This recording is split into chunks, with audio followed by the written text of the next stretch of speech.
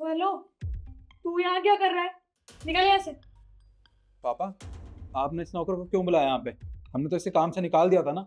और तू खड़ा खड़ा कर क्या रहा है? जा यहाँ से। पर हाँ, यहाँ पर ना घर के सदस्यों को बुलाया था।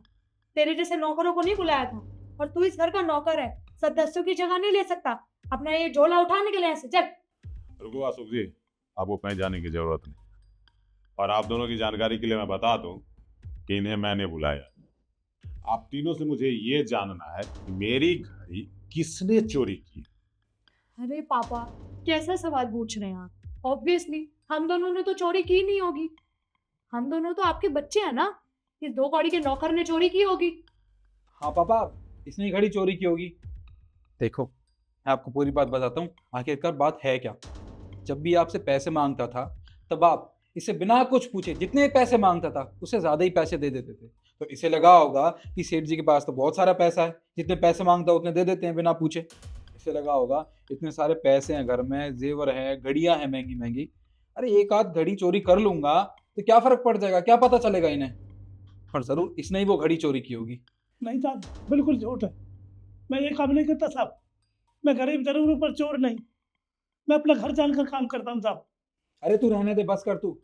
मुझे लगता है ना, तूने जरूर इस थैले में वो घड़ी छुपा के रखी होगी। ला दिखा मुझे, दिखा।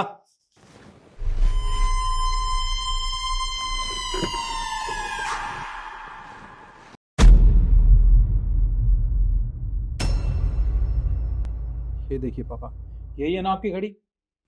देखिए पापा, मैंने आपसे पहले ही कहा था ना, इसको नौकरी पर मत रखो। ये लोग ऐसे ही होते हैं। अरे इन्हें जहां मौका मिलता है ना, वहां चोरी करते हैं। अब आप खुद देखिए ना, आपकी घड़ी चुरा ली। और क्या पता था, अभी ये यहाँ से चला जाता उसके बाद तो आपकी घड़ी मिलती ही नहीं। पापा, आप खड़े खड़े देख क्या रहे हैं इसकी तरफ? देखिए, अब साबित हो चुका है कि चोर यही है। तो या तो आप पुलिस को बुला लीजिए, नहीं तो मैं भी फोन करके पुलिस को बुलाता हूँ और इसको इसको जेल में डलवाता हूँ। देखो, पुलिस को तो मैं बुला लूंगा, लेकिन पुलिस इनको नहीं, तुम दोनों को ले जाएगी। तो पापा, हमारे इसमें क्या गलती है? हमने थोड़ी आपकी घड़ी चोरी की है। तुम दोनों ने ही चोरी किया, इस बात का मुझे पता लग गया, समझी? देखिए पापा, हम चोरी भला क्यों करेंगे? आप खुद सोचिए। ये घर हमारा है, ये प्रॉपर्टी आपके जाने के बाद हमारी ही होगी। तो हम भला क्यों चोरी करेंगे अपने ही घर में? कैसी बातें कर रहे हैं आप? बिटिया, तुमको एक बात बता देता हूँ। तुम इस घड़ी को जिस दुकान पे ले गई थी ना बेचने, दुर्भाग्यवश वो दुकानदार मेरा दोस्त है।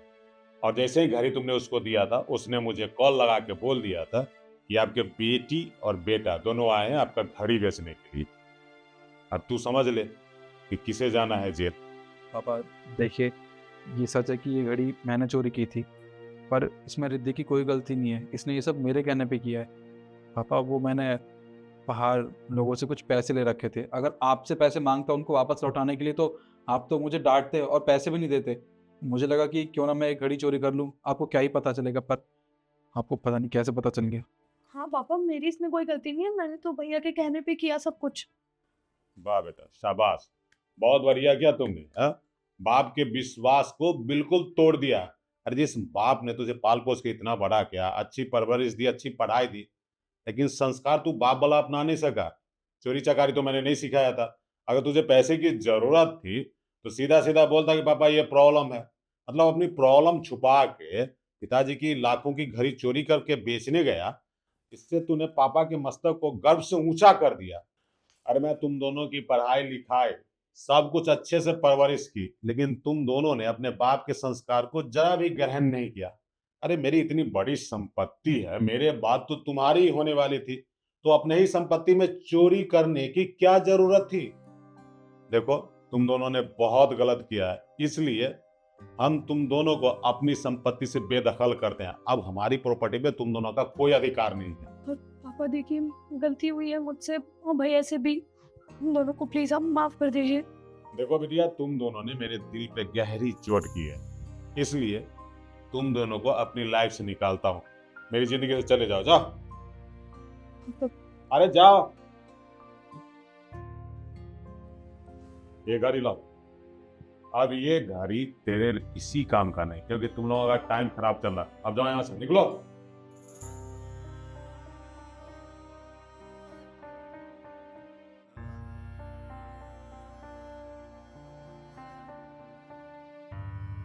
और अशोक जी, मेरे बेटे ने जो आप पे चोरी का इल्जाम लगाया, इस बात से मैं बहुत दुखी हूँ। आप दिल पे मत लीजिएगा, उनकी तरफ से मैं आपसे क्षमा चाहता हूँ। बाबूजी, दुख तो मुझे भी हुआ था, पर क्या करें, बच्चे हैं ना, गलती हो जाती है।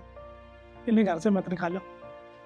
अरे उनको घर से थोड़ी निकाला हूँ, मेरे बच्चे हैं। एक आध सप्ताह बाहर भटक के दुनिया देखेंगे, दुनियादारी की हवा लगेगी ना, तो फिर वापस आ जाएंगे, उनको अपना लूंगा, आप टेंशन मत लीजिए। ठीक है साहब। ठीक, जाइए अपना काम कीजिए। जी।